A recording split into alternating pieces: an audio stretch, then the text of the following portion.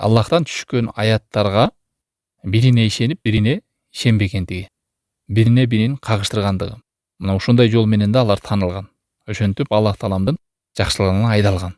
Алла Таалам айтат: "Афатуминуна би ба'дил китаб ва такфуруна би ба'д". Силер эмне китептин бир жерине иман келтирип, бир жерине капырчылык кыласыңар? Ошол китептин кээ бир жерлерине ишенет, мактайт, даңазалайт, карманат.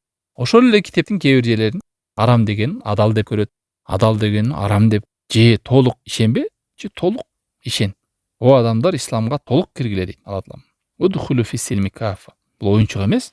Берин кабыл кылам, жакты, берин кабыл кылбайм, жакпады. Фама жазау ма яфалу залика минкум. Кимде ким ушундай жолду кармана турган болсо дейт Алла Таалам аяттарда. Ал шор болот бул дүйнөдө, акыретте да.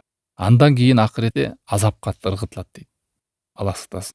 Бакара сүрөсү 85-86 аяттарды окусаңыздар болот.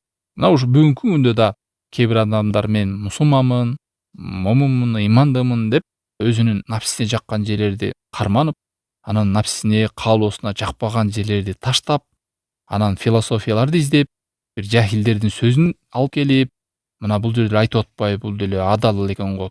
Ал эмне максаты?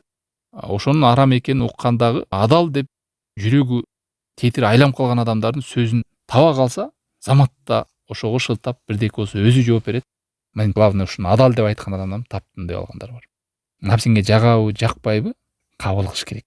Баягы напсиге деген адамга кээ бирлер мисалы музыканы алып алган, кээ бирлер дагы бир нерсени баштап алган, адал деп кийин билет да аны туура эмес экенин. Анан ошону таштай албай жүрө берет, Алла сактасын.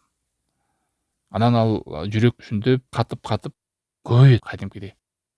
Бакара сүрөсүндө 87-аятта Алла Таалам айтат: "Афа куллама жаакум расулун бима ла тахва анфусукум истакбартум фафарикан каззабтум ва фарикан тактулун". Ар бир пайгамбар, элчи келген сайын ошонун сөзү, кадамы силерге чакырыгы напсиңерге жакпаса, текебер болуп кабыл кылбадыңар.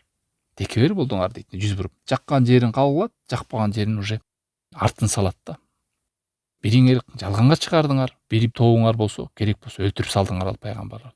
Мунуку коомдорду айтып атат, мына ушундай кадамдарга барган. Бул бизге сабак болуш керек. Аллахтын элчисин алып келгенин бардыгы, ар бир буйругу бизге жакшылык. Ар бир тыйыбысынан тыйылбасак, анда бизге бале экен. Ошон үчүн Аллахтын элчиси эч бир жакшылыкты калтырган жок, жеткизбеген, эч бир жамандыкты калтырган жок, эскертпеген деп мындай ар бир мусулман адам жүрөгүндө сезиш керек. Акылым жетпеши мүмкүн, менин мээм жетпеши мүмкүн, балким түшүнө албай, мага азыр жакпагандай болуп ыңгайсыз болом.